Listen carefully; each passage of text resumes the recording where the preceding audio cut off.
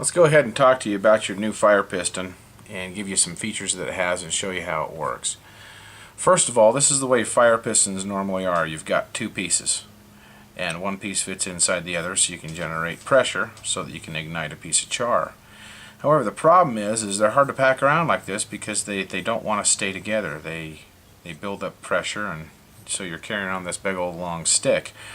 Or you got to turn around and carry it in two pieces and then lube it every time you're going to use it because you don't want grease getting everywhere. And so they get kind of messy.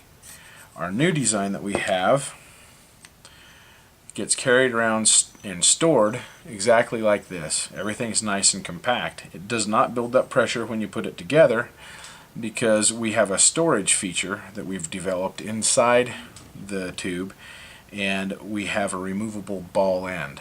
Okay, let's just go ahead and explain. First of all, I want you to go ahead and open up your fire piston like this. Then we want you to give it a little bit of a shake, and you'll see that you have char stored in that end. Let's go ahead and take the ball end off, give it a twist and a pull. Notice that's the end right there where your char is going to go. Before we do that, we want to put our ball end on the other side where the char came out of. Then we want to take a little bit of lube. Now I like to use petroleum jelly in the summertime, and I like to use, in the colder months, I like to use an oil that is used in the in your nail guns. You can get those at any hardware store. Okay, so you're going to put some lube on there. Then what I want you to do is make sure you get that lube dispersed throughout the inside of the other tube. So you're going to push it in and out like that. Okay, now you're ready to go. You shouldn't have to lube it for several fires. So you can take this on one trip, for a week and be just fine and light, anywhere between 6 to 10 fires without having to worry about any type of a lube. Now I want you to take the char and stick it inside the end where the char goes. Then I want you to bottom it out, and then take your thumb and put right there so you can use your thumbnail as a guide. Okay? Pull it out, use your thumbnail again to bend that char over, and then pinch it off. Okay? Now you're going to take the fuzzy end and pinch it with your other hand. Then you're going to take the end that's not fuzzy, that's bent over, and you're going to stick it down inside the end. Okay? Now you're ready to go ahead and ignite your char. Now it may take a few tries to get it to light, but once you get it down, it's not too hard. Usually it'll take me, a couple tries.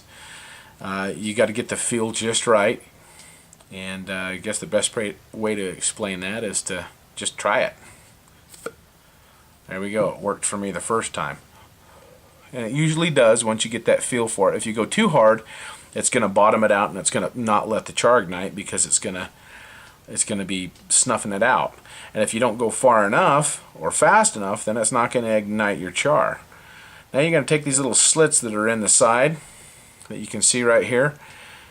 That is designed so you can fit a knife blade in and pry your char out and drop it into your nest and get your fire going. See how that works? Let's just go ahead and drop it down in the pan. Now that you got your fire lit, or your char ready to go, go ahead and pull the end off. Take the char that you had, what's left over, slide it back down inside the tube, okay, and then cap the end that you placed the char in to ignite. You're going to cap that, okay, so you still have your char inside here, inside this tube, okay, for storage. Keeps it dry, helps keep it clean. And then you're going to reinsert it back into the other tube. And it's going to have a little bit of pressure, but not much. But if you push a little bit, that pressure will bleed off, and you can store it just like that without any complications.